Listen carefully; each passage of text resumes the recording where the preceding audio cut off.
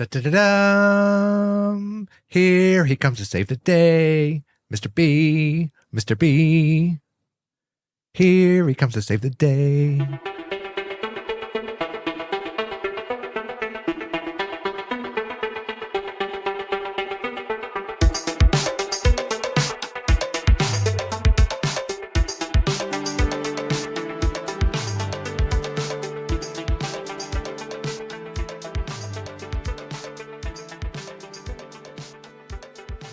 Mr. B here. We are going to jump back into part 2 or round 2 of the pre-1988 film draft, where we are choosing our favorite movies, films, cinema experiences from before I was born, the year 1988.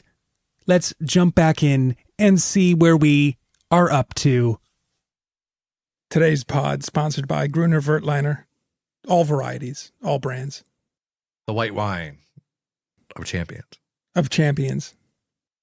Oh my God. Yeah. You just sold me on it. You're welcome. But I'm not, I don't hate any wine, I don't think. I'm not discriminatory.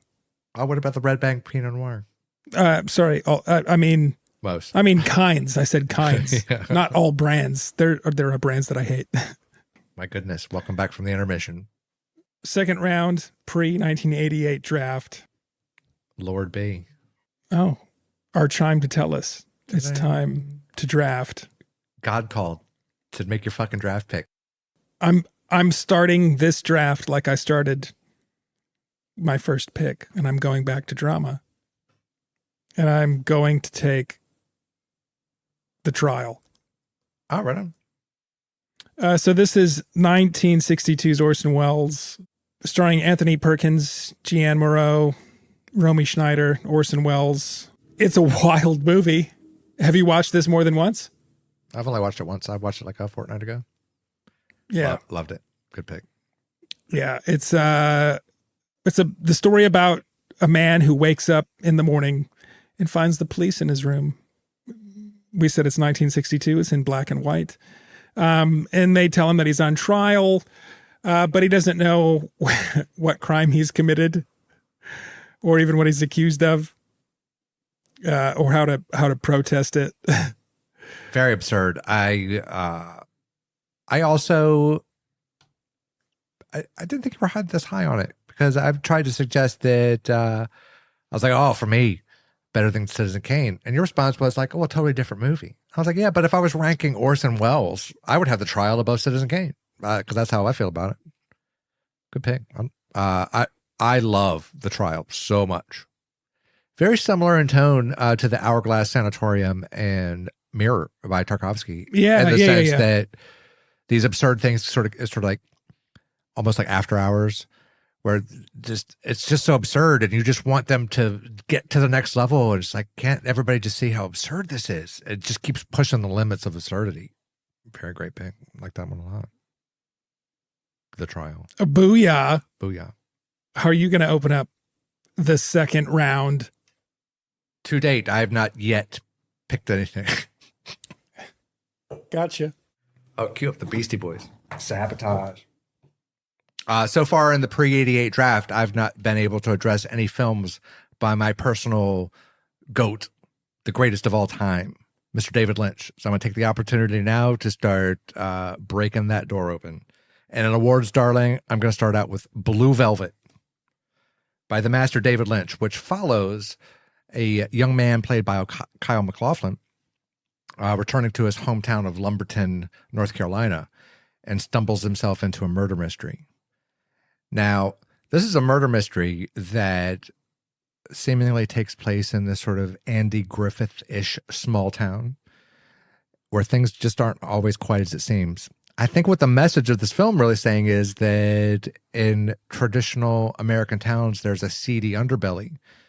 And I think that David Lynch was the first person to really start addressing this in a unique way, of where even I would propose that if you looked at it as, like, let's say Andy Griffith had a shady past where nobody knew who he was, maybe like he was a secret serial killer. This is what Blue Velvet is. It takes this squeaky clean image of small town America and tips it right on its head through the hours of time through sandglasses, and just distorts what someone might think of the traditional small town America. It's so beautifully done, and it is, at the time, there was domestic violence. What wasn't a thing of big thing. I could see where it wouldn't have aged well, because there are some scenes where there's some questionable taste on the execution of how the actresses were being portrayed on screen. But with that said, you got to realize in 1986, and it does happen, he doesn't shy away from uncomfortable material. This isn't uncomfortable for 1986, but it might be uncomfortable for some viewers that aren't exposed to David Lynch's work. He does quite often embrace violent tactics to get your attention, but not for shock value. It's just he's honest to the characters that are in his stories. Dennis Hopper, probably one of the best performances of his career, nominated multiple times. David Lynch nominated multiple times for director and for screenplay. And this was coming off of his unsuccessful adaptation of Dune at the time. So I think that it's sort of relevant to what's going on today, where Dune is a super big franchise, but David Lynch did have a crack at it. He did it his way instead of the studio's way.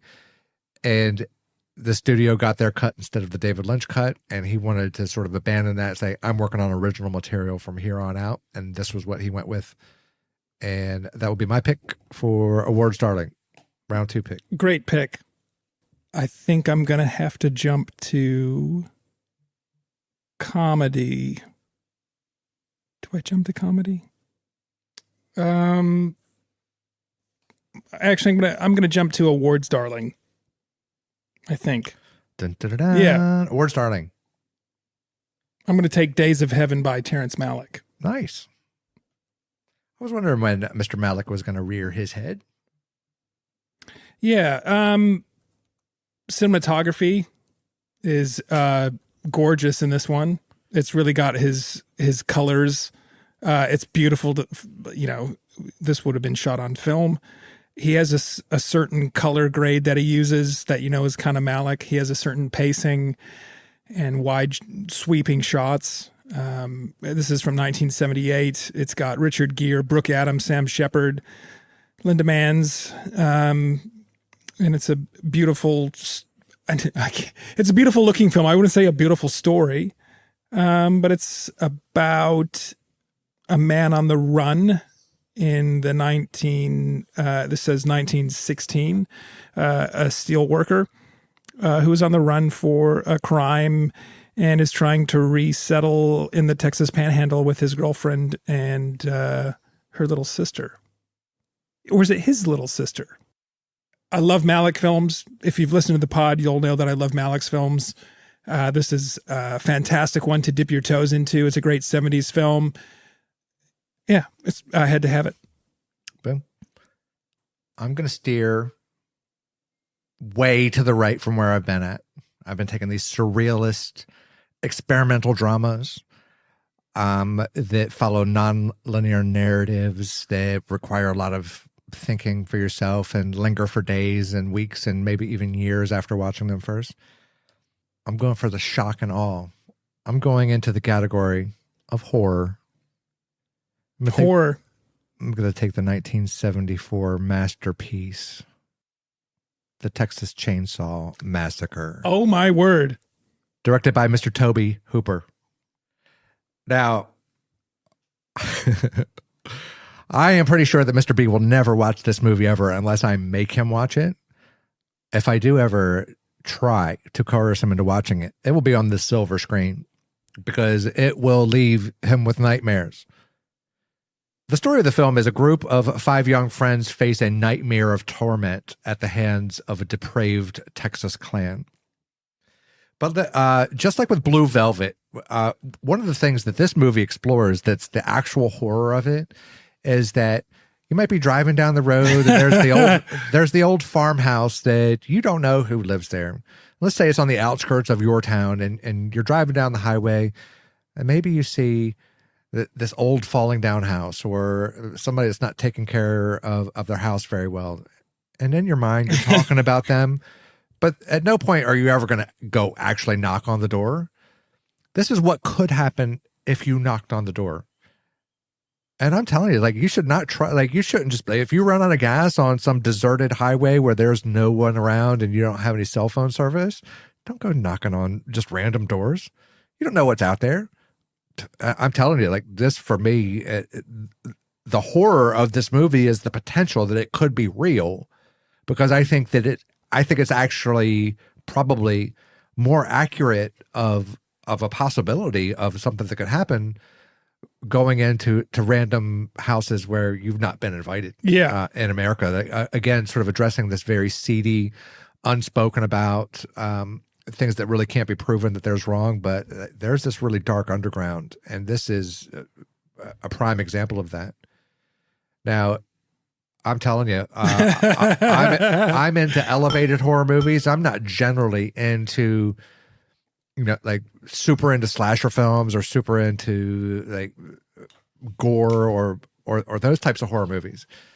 But this one, for me, it is the scariest movie I have ever seen, ever. And I don't think it could ever be topped. It is just, and I don't think that's true for everybody. I think I've read and seen comments where people didn't think that it was that scary. But I suppose it just depends on what kind of things scare you. And the reality is that what scares me about this is that it could really happen to you at any given moment. Maybe not in 2024, but in Australia or in America or in civilized society. But maybe in some third world nation, you don't know. Like, I think it's so completely possible to hear about something like this really happening, enough that it scares me beyond the movie. Like, it would keep me from trespassing on somebody's property that I didn't know who they were, particularly if it was a big Texas farmhouse that might have had some indications that there are chainsaws on the property. Super scary. I thought maybe you would draft something like this. I didn't want to go totally introspective. You're picking all the fun films. All the fun films. And I'm not picking any fun films. So I guess this is my version of a fun film. Texas Chainsaw Massacre. Bam. Boom. I think most of the films that I have here are safe, knowing with what you've been taking. I'm going to go for action thriller. I'm going to take After Hours. Nice. So this is Martin Scorsese. So good. Oh, Dude, my God. It's from 1985. It's got Griffin Dunn in, Roseanne Arquette, Tommy Chong. There's other people. We've talked about it before on the pod before. It's surreal. It's dreamlike. It's New York. It's late at night. It's thriller. It's comedy. It's drama. What's going on? And it's a lot of fun. It just gets more ridiculous. I concur. I think have we talked about it? We've talked about it before. Yeah, I think in so. watch list episodes. Yeah. Excellent pick. I was sort of leaving Scorsese a tiny bit alone. Interesting. Cool. Nice pick. Was it on your list at all? Yeah, it was, but sort of as on my B lists. It was a pretty good B list. Yeah, pretty good B list. Yeah, we got infinite number of films. All right, I'll just go ahead and get it out of the way. Box office darling. I'm going to take Star Wars: A New Hope, Episode 4. Oh, there he goes. It's about time. It's about time. What can I say? Should I take it off the draft away from you? This is the first film I ever saw in a theater, and that's the primary reason that I'm picking it.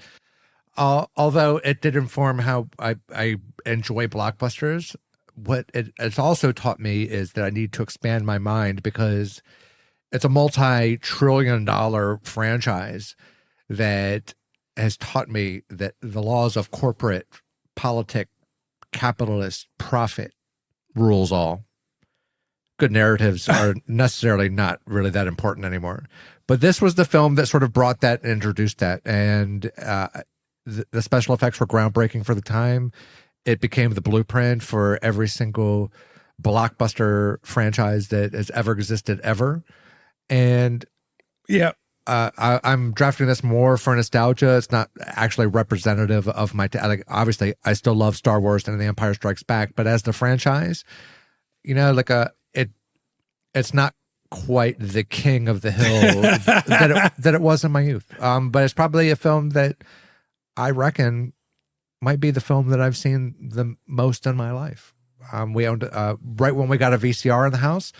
This was my request for the one that we own. And my dad said to me, "Is like, if you watch it so many times, you're not going to like it as much anymore." I was like, "I don't care. I want it."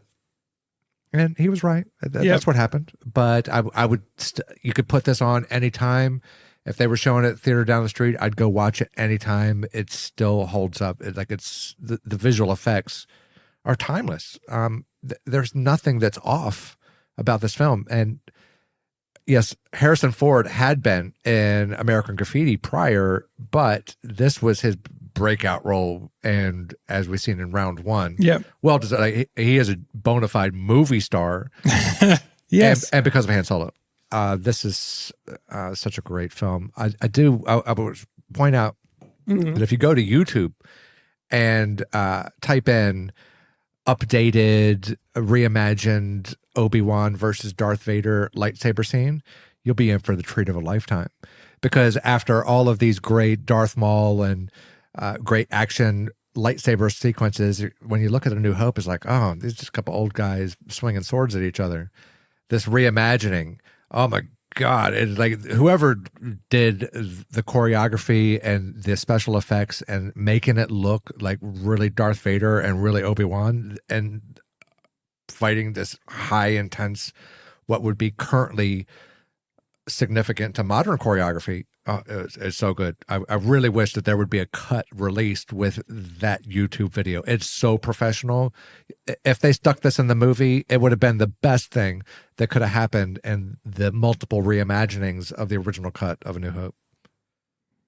Well, that's a great pick. You finally got some Star Wars. It'll be the last Star Wars I draft. Well, I'm gonna jump straight into my comedy, animated or international, and I'm going to grab Willy Wonka and the Chocolate Factory by Mel Stewart. I'm very surprised it's taken you this long to get there. I was kind of surprised that you didn't take it as well, because you mentioned it in your birthday episode of one of the top 5. I nearly took it right after Blade Runner because I knew that was going to be a stab in the heart. Okay. Like, nah, I'm not going to do that. Let's stay on the high road. But so you thought I was going to take it. You just thought I'd take it earlier. Oh, I thought for sure you would. I was actually, if you weren't going to take Star Wars, I would have gambled that it would have been your number one pick. Yeah. Okay. I would have gambled. Yeah. I would have been way off. Obviously, I would have lost. Willy Wonka, what can we say? We've talked about it many times. Gene Wilder. Whew, man, probably his best role of all time, I think. Yeah. Dude, utter classic. We've talked about it a few times on the pod, so I'll spare the hubbub around the film and let you just get on to your next pick. All right. And thriller, I'm sticking with the franchise of my original thriller pick of The Road Warrior. I'm going to go with the original Mad Max by George Miller. Whoa. Which is the introduction of Mad Max Rockatansky to the world. And the reason he's mad is because of a motorcycle gang. A motorcycle gang that, by the way, it might not have really dawned on me as a child when I was watching this movie, but I believe that most of this gang were homosexuals, which just gives this sort of added element of how elevated maybe or unwilling to compromise to Hollywood standards, because when it came out, Hollywood would not have any material that would have been released that was so forthcomingly, and I guess it was sort of buried in the subtext, but it was just so, I guess, glaringly obvious in like a modern rewatch of it. It's like, wow, they were really pushing the boundaries on this film. I'm surprised, because when you've got a high action movie featuring motorcycles and hot rods and super fast cars, it speaks to a demographic. And that demographic is normally not friendly to people that appreciate same-sex relationships. So I was like, good on you, George Miller, for not caring about that at all. our introduction to Mel Gibson. I think he started my only film that I've seen of his prior to The Road Warrior. I think he probably starred in some minor Australian classics that would have been before my time. But Mad Max, my goodness, the V8 Interceptor, the revenge story. He's mad because his wife and child have been killed by this homosexual marauding biker gang. And the ending was fantastic, and it set up The Road Warrior. My goodness. It is some of the best car chase scenes that you'll ever get ever. So like it pairs well with my Death Proof pick. It just, between The Road Warrior and Mad Max and Death Proof, I think I got 3 of the top 5 car chase films of all time. And that's high adrenaline. If a director that's as talented as George Miller can do that, with the cars and not have so obviously you have Fury Road, which is great, but that's on that is next level. And Furiosa. Which essentially is just the deleted scenes from Fury Road when you get down to it. But that's just a whole different thing. Like in Mad Max and The Road Warrior and Death Proof, it's just a car. It's not like a big war rig where everything is taking place in this high modern cinematographic environment. Anyway, so yeah, Mad Max will be my pick for thriller in round 2. Great pick. So now you have 2 Mad Max entries, and I have 2 Mad Max entries. We're even. I'm going to have to go to, let's see. So I've got, my dramas are taken. My action thrillers are taken. My award darling is taken. I'm going to go with. Don't you scat. Don't you scat. If you scat, I'm going to start scatting. I'm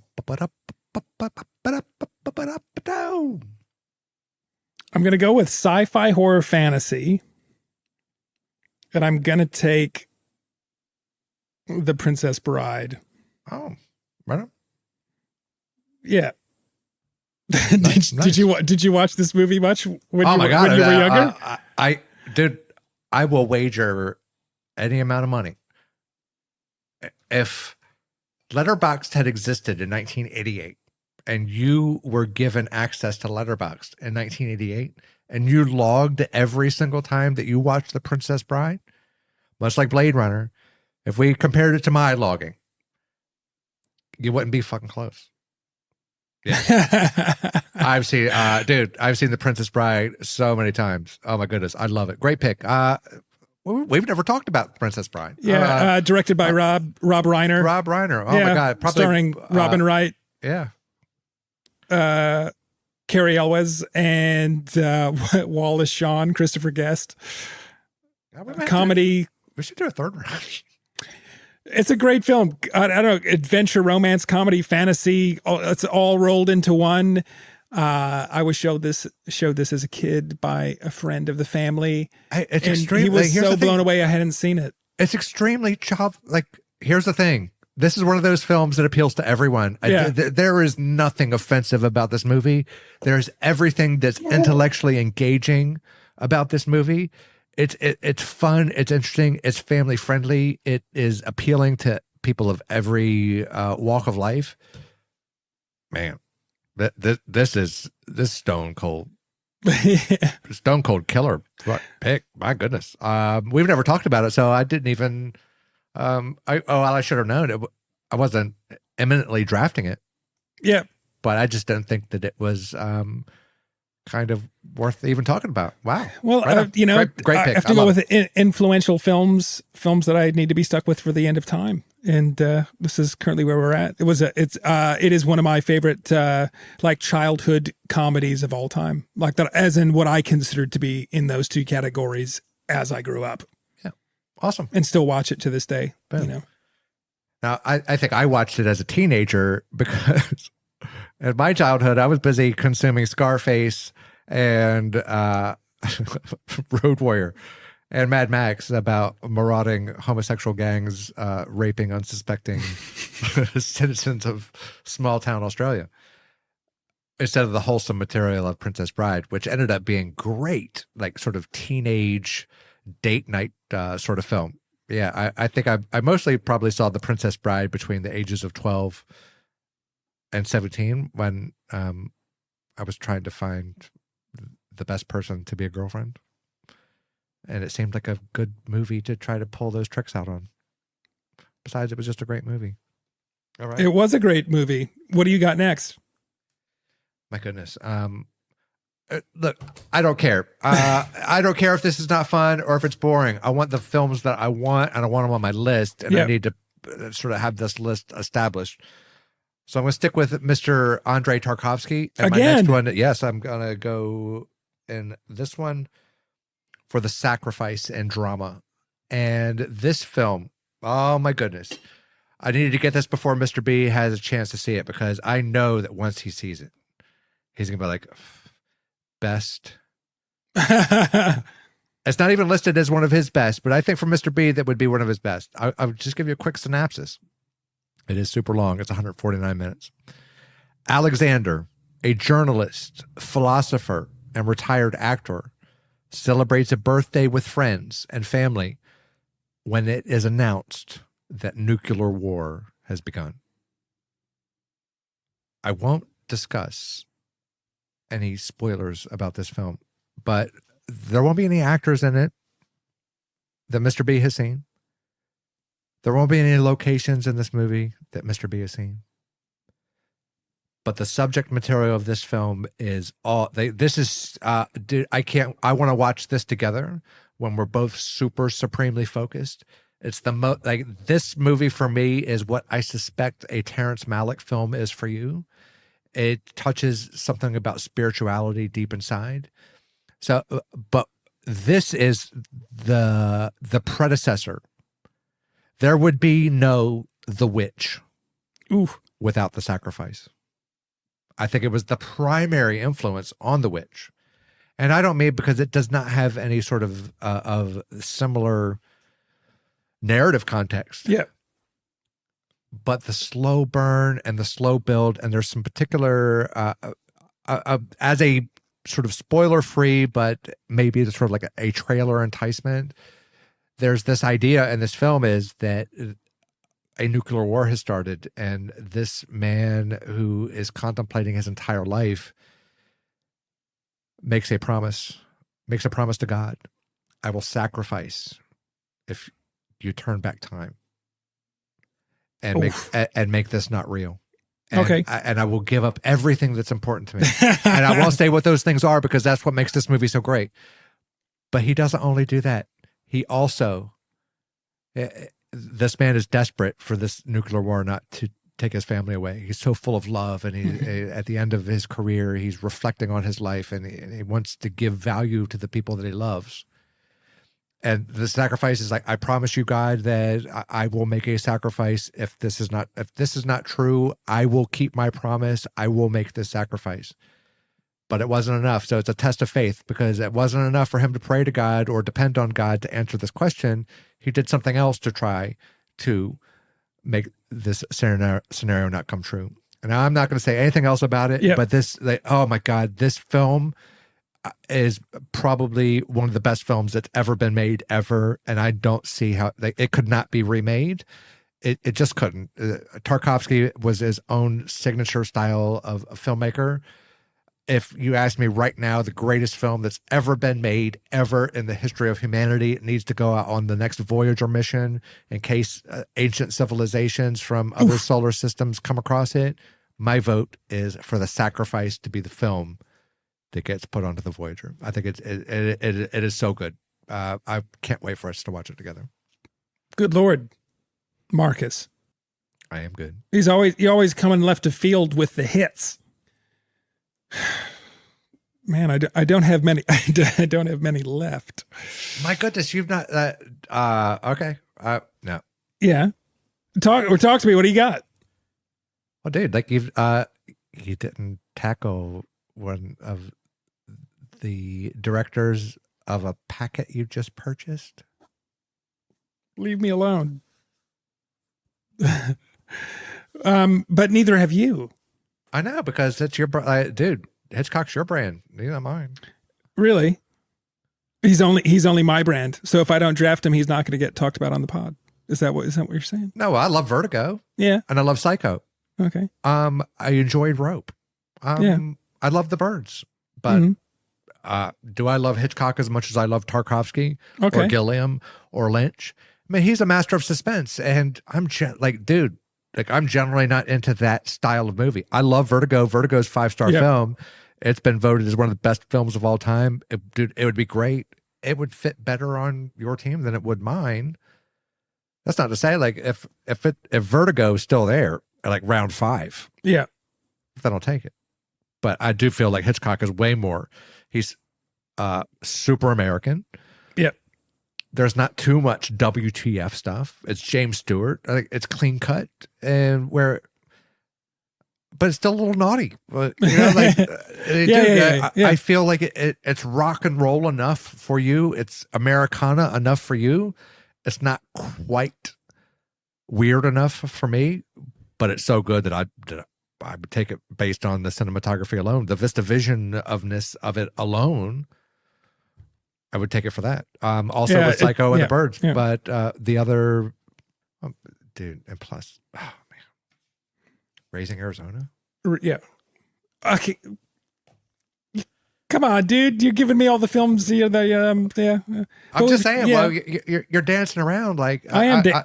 Am I dancing, or am I still choosing good movies? You're not happy with what I've chosen so far. I think you're. Oh no, dude! I think you've made super excellent picks.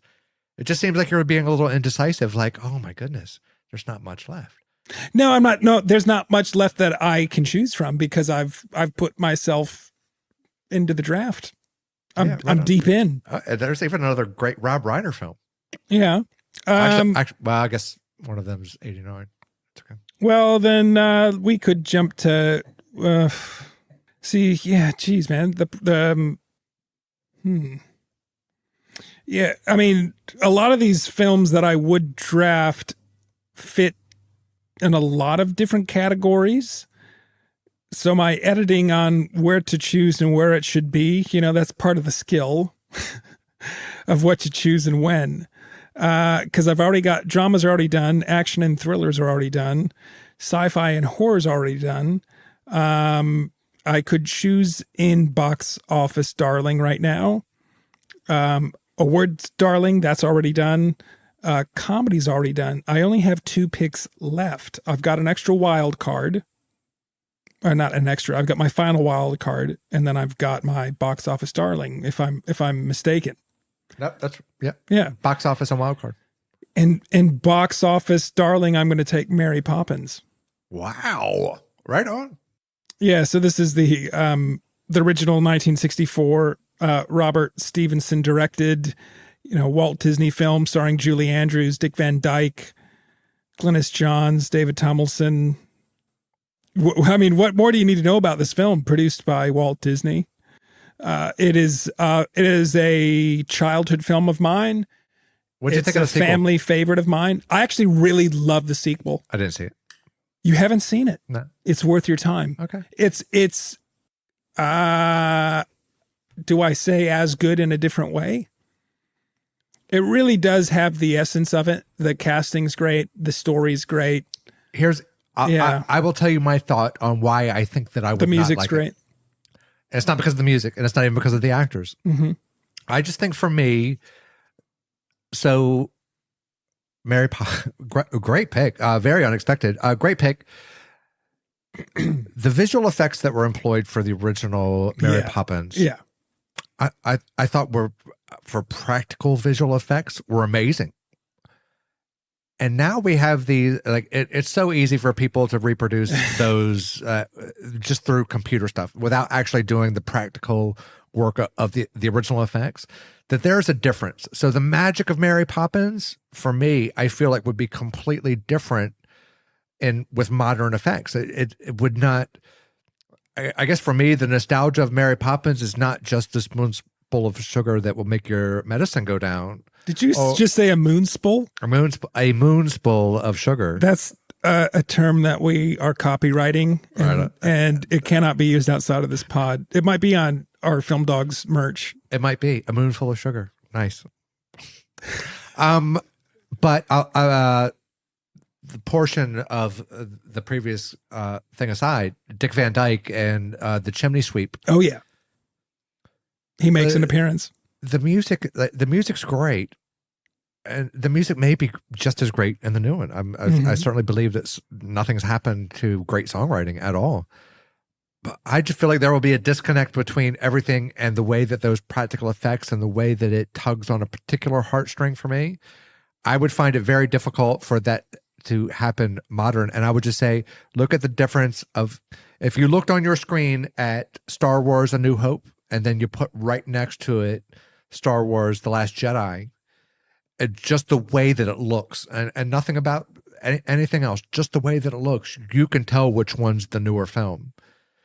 And yet, the original one shot on film, complete film, in 1977 is so far vastly superior. And this is what my fear is that we have these iconic, beloved franchises that are destroyed because people are mining it for some additional value rather than just to give us a great narrative in a world that we'd love.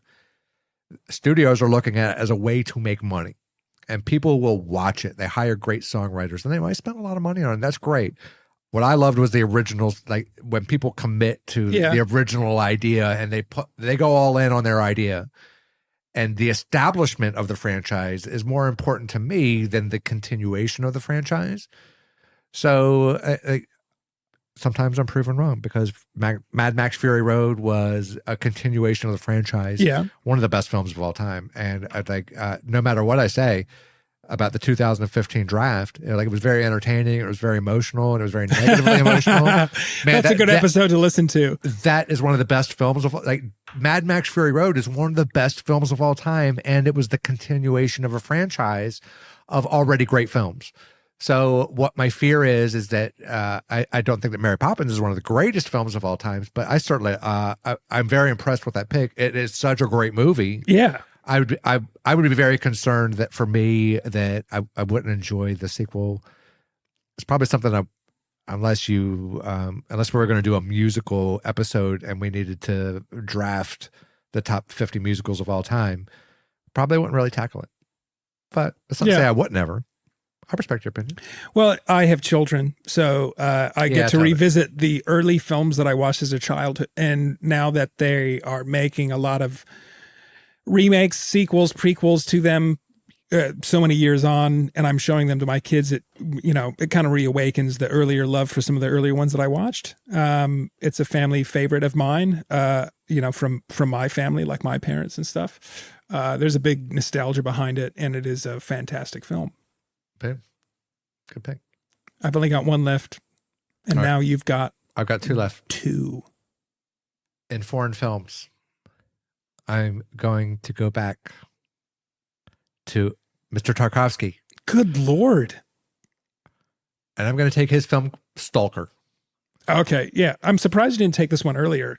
I knew that you hadn't seen it, and that would start a world war if I drafted even that. If you had seen it. Oh, dude, if you were just drafting off of movies off of my draft board because you haven't even watched, I'll be throwing you right the fuck out of here. Stalker. Oh my God. Now, I could have just saved this for the last, but saving the best for the last. I can't say enough about this film. Anybody that loves David Lynch should watch this movie. And that will be my intro. My second intro will be the synopsis. Near a gray and unnamed city is the Zone, a place guarded by barbed wire and soldiers, and where the normal laws of physics are victim to frequent anomalies. A stalker guides two men into the Zone, specifically to an area in which deep-seated desires are granted. Yeah. This is shot almost completely in this monotone. It's not black and white, but it is dual tone, almost like sepia. Mm-hmm. Tarkovsky he hired the best cinematographers that the world had. Now, he was part of the Soviet Union, and the Soviet Union was very heavily involved in how Russian pictures got shown to the world. So he only had certain access to so many creative types in the production of his films. But I'm telling you, the Russians, no matter what you feel and no matter what propaganda tells you, the Russians have been long at the top of any kind of, you name the creative arts, and I will tell you someone that is superior to the American equivalent.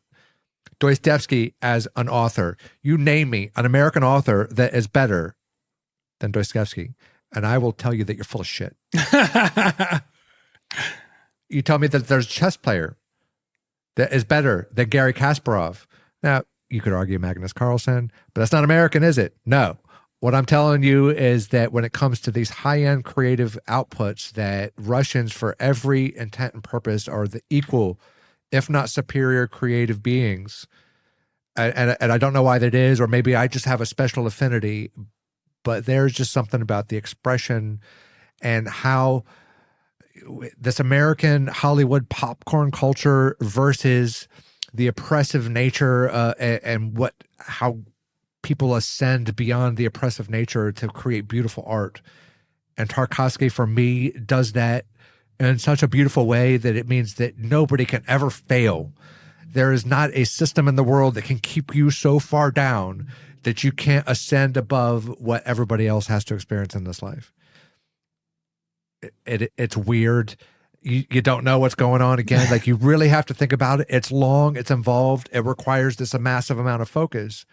But what I promise you is if you tackle these Tarkovsky films, Mr. B, I promise you, audience in Film Dog Land, I promise you, if you give Tarkovsky a chance, these films will blow you away. They will stay with you forever. They like the way that Mary Poppins and Walt Disney movies do. For an adult, these movies will stay with you, and there's nothing bad. It's not really saying anything about how you should feel or do anything. It's just a reflection of what's going on in our times. And this is so massively, like, you just don't know what's going on, but it makes you explore in this sort of stream of consciousness sense of, like, when you're thinking about the things that are important to you, you might drift between what's important to you now and what was important to you 50 years ago and what was important to you yesterday and 2 weeks ago. And are those things that are important to you always the same? Is what was important to you yesterday the same as right now, or even 2 weeks ago or 2 years ago? We evolve, we change. This film does, like, if you like thinking about things like that, you will love this film. This also would be in competition for one of the greatest films of all time. I think I like The Sacrifice slightly better, but what I do like about this better is a little bit more of my sci-fi brand. So the movie by Alex Garland, Annihilation, is it is essentially his version of what happened in this film. But he, as great of a film that is, and it is a great film, it's nothing. The Stalker is 10 stars out of 5. Nice. So good. Stalker. That's high up on my watch list because you're right, I still haven't watched it, but it keeps coming up on my pre-88 films that I should watch, especially for ratings and viewings and recommendations. You're not as much into sci-fi, particularly like Star Wars is kind of sci-fi, but it's also popcorn blockbuster, hero's journey, action, comedy, romance. It has all these things. Stalker's none of those things. Like, Stalker it's sci-fi, but it's intellectual. There's no romance. There's no happiness. There's no, it's just, you know how, like, sometimes you want to listen to Chopin because it's just really sad. And you find happiness and solace in being sad. Like, Star Wars is not sad. There's not a moment in Star Wars that's sad. Stalker is full of this grief and sorrow, but it's so beautiful, and it's done in this sci-fi setting. And all of his movies are like that. They live and inhabit. His films are just soaked in this vibe of grief. The grief of being alive, like the grief of being human. And if you understand that, then you will love his movies. And if you think that the grief of being human is, obnoxious or irrational, then probably you want to check out Mr. B's movies before you check out mine. That being said, my final pick, Lord Marcus. Can you guess the director? Do you want to try and guess the director? Well, I would guess Hitchcock or Scorsese. Yeah, okay. I mean, you're correct. The director is Alfred Hitchcock. The film was released in 1958. It stars James Stewart and Kim Novak. And it's called Vertigo. Nice. Yeah. Iconic San Francisco film. The best Yeah. San Francisco film. Been to San Francisco? I drafted it for San Francisco. I've not spent time, like proper time there, but whenever I fly back to the States from Australia, which is where we reside, you should do is always in San Francisco because I hate LA. You should. I'm sorry. Should I say that on the pod? Nah. Yeah. Oh, I can't. Sorry. A movie pod? Yeah, I can't land in LAX. It stresses me out. It's too gigantic of an airport and flying over the city. It's so big. San Francisco is beautiful. The next time you go home, just schedule yourself that 4 days in San Fran. It would be the best. I love San Fran so much, and I love this movie so much. I love this pick so much. It is a great pick for you. It's filmed in VistaVision. Yeah, it is so gorgeous to look at. It's quite eerie. I think I wrote in my Letterboxd review of it that my only problem, and it's not really a problem for 1958, is the age difference between James Stewart and Kim Novak. He's just so much older. Like it just felt creepy. But that was appropriate. That was appropriate for the time. But it does that well because in the latter half of the film, it gets creepy.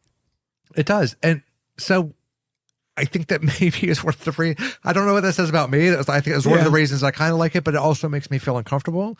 So I just try to distance myself from any kind of age inappropriate sort of emotional reactions. Like I love creepy, but when it comes to like, there's something about that it felt slightly uncomfortable. Kim but I think Novak's character was already married in this film. Yeah. I know, but I'm just saying like the overall that in 2024, if you were making a remake, I don't think there would be such a big age difference. Yeah. I just don't think that is of modern etiquette. Yeah. Which makes it unique of its time, of which does increase its value for me. I don't personally have a problem with women that love older men or younger men that love older women. Of course, like one of my themes from last year, and I hope to continue for the rest of my life, is I want women to enjoy the same power dynamics that men have traditionally enjoyed, especially if that means older women enjoying any kind of romance or relationship with younger men, where that seems to have been exclusively reserved for rich white men. And anybody else has been persecuted over the ages for doing the same thing. It felt hypocritical, I guess, in a sense. It's just sensitive. It's a sensitive topic for me, but not so much that I couldn't overcome my enjoyment of this movie, which is definitely one of the greatest films of all time, for sure. Yeah, but I don't have any Hitchcock on my team yet. Boom. Yeah, that's where I ended up. Brings you to your final pick. Now I'm going to go with another Polish director. I'm not going to go Tarkovsky again. Yeah. Oh, I can feel you. I'm going with Piotr Zolkin and his masterpiece, Oba, The End of Civilization. I've heard of this one. I haven't seen it. Mr. B of Polish descent. That is correct. I did not know when I saw this movie that I may have known that it was a Polish director. I watched two of his movies right in a row, double feature, because I loved the first one so much. And I think how I arrived at him was someone described his movie as a certain film directed by After Hours by Terry Gilliam. I'm like, oh my goodness, an easier sell never was made. We've talked about Terry Gilliam and After Hours on this episode. Now, this wasn't the film, but this was the second film after I watched that one, and I know exactly what they meant, because I would have almost guessed that they used the same exact cinematographer. And I would have guessed wrongly that Terry Gilliam was hugely influenced by this guy, but they were making films about the same time, so I think they probably had some similar interests. Synopsis of this story. The world has been ravaged by nuclear war. The planet is frozen, and radiation kills anyone or anything that ventures outside of the dome. The dome. The character Soft is a shepherd for the last remnants of humanity who have gathered together as they await rescue from a mysterious craft known only as the Ark. Spelled A-R-K? A-R-K. Biblical. This is a very biblical film. He wanders among the masses performing his regular daily tasks, keeping morale from plummeting, wooing prostitutes, Charlatan, squashing rebellions, and sometimes feeding the hungry. But as the true and sinister nature of the dome comes to light, Soft must ask himself if humanity is worth saving. It's a question we have to ask ourselves every day. Again, unless you've watched any Polish films, you wouldn't know any of the actors from this. But this film, if you like Terry Gilliam, you put this on right now. Here's where my value is to you guys. Put on a Terry Gilliam film if you like Ari Aster. If you like Terry Gilliam, then put on Obi, Oba, The End of Civilization, and you have the best 3 films that you'll ever watch in one triple feature. Nice. This film's so good, and Mr. B, I think that you would really like this as well. It is one of those films, you know how it's on my watch list, where we sometimes see something and it might be in some circles considered to be the work of a heretic. Yeah. But there's some, let's say The Ruling Class, for example. Yeah. This is like a dystopian version of The Ruling Class. It has a lot to say about the modern state of how people worship and religion, and how that affects population control, particularly in high extreme circumstances where fear needs to be stoked to keep the masses in line. This is straight up, I guarantee you, any fan of Terry Gilliam will give this 5 stars. Easy. If you love Terry Gilliam movies, this is right. This is like Brazil. This is the twin of Brazil, which is like a cult classic. So it does speak to some people and it doesn't speak to others. But that's what my service is to you guys, is to help you discern the difference between a Walt Disney film like Mary Poppins and a low budget Soviet dystopian sci-fi from the 80s that hardly anybody's ever seen. A service we need indeed. And it's showing on MUBI, by the way, along with some of his other great features. Boom. Well, that will wrap up my picks in the pre-1988 2-round. 14 films for each of us with our 7 categories. We'll close with a brief run through of the 14 films. I took in drama Citizen Kane in round 1 and The Trial in round 2. Action thriller, I took Raiders of the Lost Ark and After Hours in round 2. In sci-fi horror fantasy, I took Blade Runner in round 1 and The Princess Bride in round 2. In box office darling, I took Star Wars Empire Strikes Back in round 1. In round 2, I took Mary Poppins. Award darling, I took Top Gun in round 1 and Days of Heaven in round 2. Comedy animated international. First round, I took Some Like It Hot. And round 2, I took Willy Wonka and the Chocolate Factory. And in wild card, in round 1, I took The Ruling Class. And round 2, I took Vertigo. Pretty happy with the list. There are definitely plenty left behind, but that's kind of the reason to continually do this draft and continually go through some of our favorite films. Lord Marcus, do you want to tell us the 14 that you grabbed? Absolutely. In comedy, foreign, international, round 1, I took Monty Python and the Holy Grail. And in number 2, I took Stalker by Andrei Tarkovsky.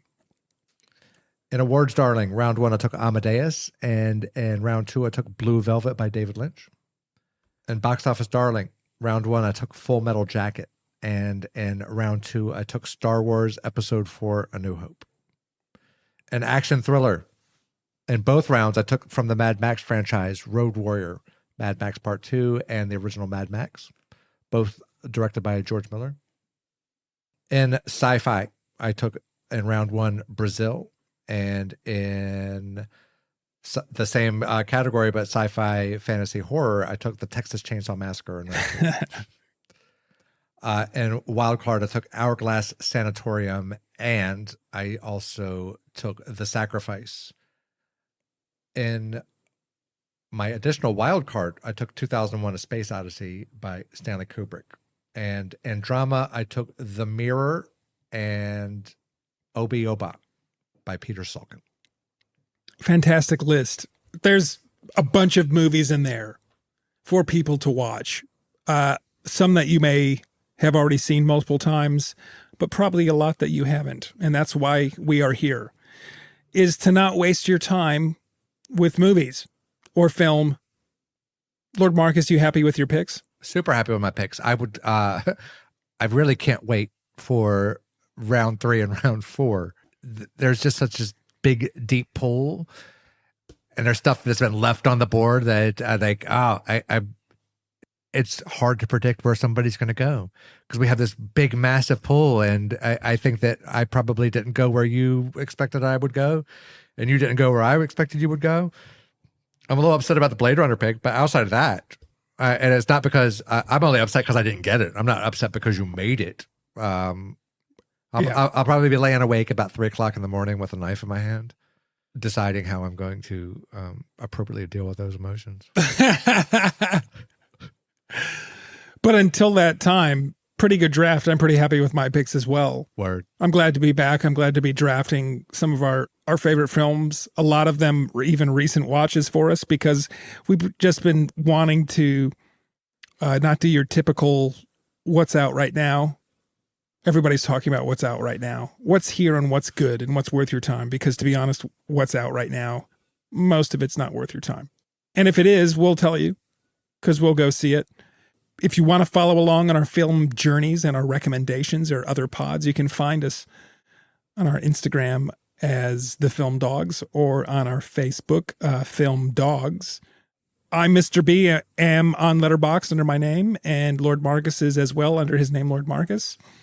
But if you have any things that you would like us to talk about, if you have any movies that you go, wow, these did not go in the first 2 rounds of the pre-1988 draft. Are you guys fools? We need to know about it.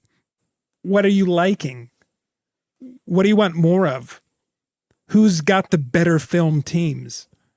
But until then, remember that life is too short for bad cinema.